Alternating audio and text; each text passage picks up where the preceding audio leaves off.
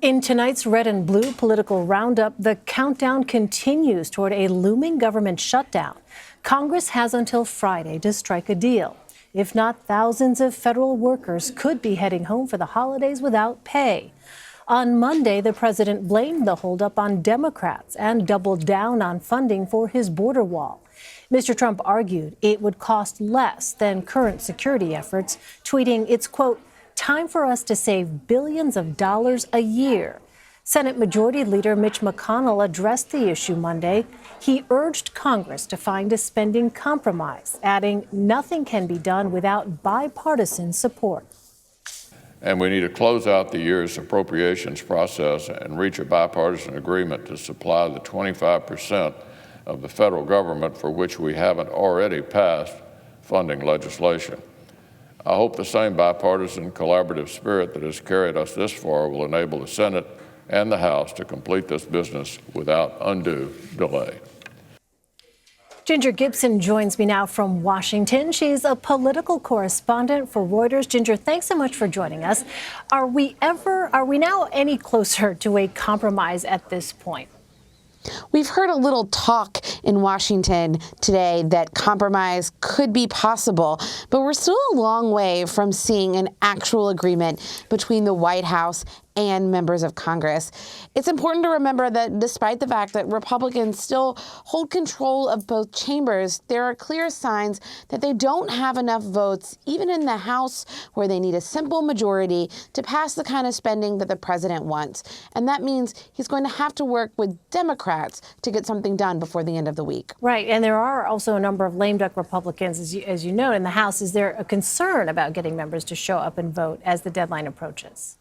Those members who lost their seats or retired have already lost their offices. They're working out of cubicles in the Capitol, and some of them are just not showing up.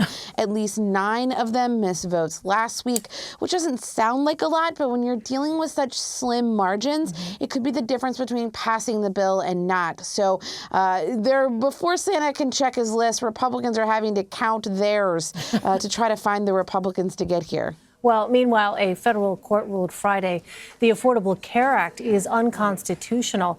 Remind us, what was the judge's reasoning there? The judge ruled that because Congress had stripped the tax provision, the individual mandate out of it, it rendered the entire legislation unconstitutional. This was something that a group of Republican attorney generals had been pushing for, and a group of Democratic counterparts had been fighting. But this is likely to create a huge political maelstrom for both Democrats and Republicans. Democrats are happy to talk about the health care law, their need to protect it, and Republicans are going to be forced to answer some tough questions about protecting pre-existing condition, keeping young adults on their parents' plans that they have thus far said they support, but this would get rid of. Well, incoming Senator and current Missouri Attorney General Josh Hawley was one of the Republicans who brought the lawsuit. After the ruling, he tweeted solely about the individual mandate instead of focusing on the entire law being struck down. How are other Republicans responding? We see Republicans taking a very guarded response to this ruling. There seems to be some acknowledgement that it's not a done deal. We saw President Trump saying that the Supreme Court should weigh in and make a decision. And they also know not to count their chickens, that this could be overturned or stayed very quickly by a higher court. There's not too much spiking of the football, to add one more cliche, because it seems that they know that this is very delicate of a decision and that it could go away very quickly, and that appearing to cheer it too much could cause some political problems for them, since this would get rid of some of those protections that we talked about. Well, critics of the ruling say it won't survive in higher courts. How are Democrats on Capitol Hill trying to capitalize on that? Democrats are happy to talk about health care. They think it's a political winner for them. They think that they just have to look at the midterm elections. There were Democrats in every state talking about protecting the Affordable Care Act, going farther, talking about creating a universal health care plan, and that voters elected those members.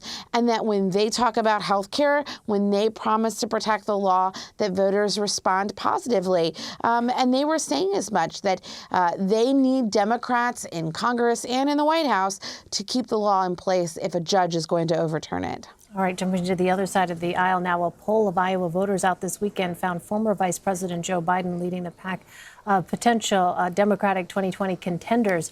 In the CNN Des Moines Register survey, Senator Bernie Sanders and Congressman Beto O'Rourke also received double-digit votes. What can we learn from these early numbers?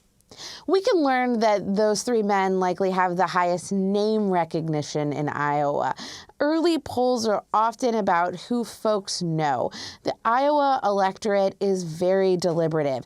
They expect to meet these candidates in their living rooms, not just once, but sometimes twice. This just means that those are the most known.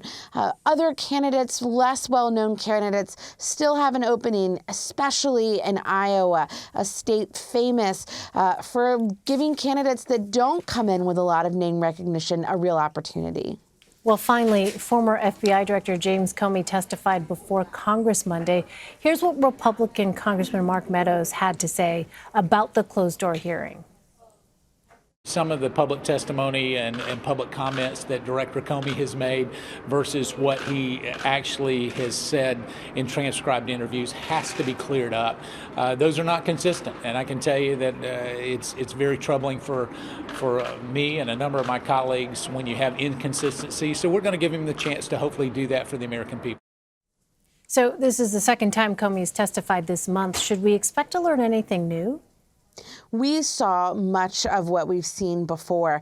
Comey criticizing the president, criticizing Republicans on Capitol Hill, and Republicans criticizing Comey, echoing some of the criticisms we've heard from the president that he and the FBI that he led were just too partisan, that they weren't investigating Hillary Clinton. We also heard from Comey himself, who was very critical of the Republicans involved in this process. He had insisted for a while that this testimony be done in public so that the public could assess the honesty of what he said. And he came out into the public afterwards to give really a scathing critique of the Republicans on that panel. All right, Ginger Gibson in Washington for us. Ginger, thank you. Thank you.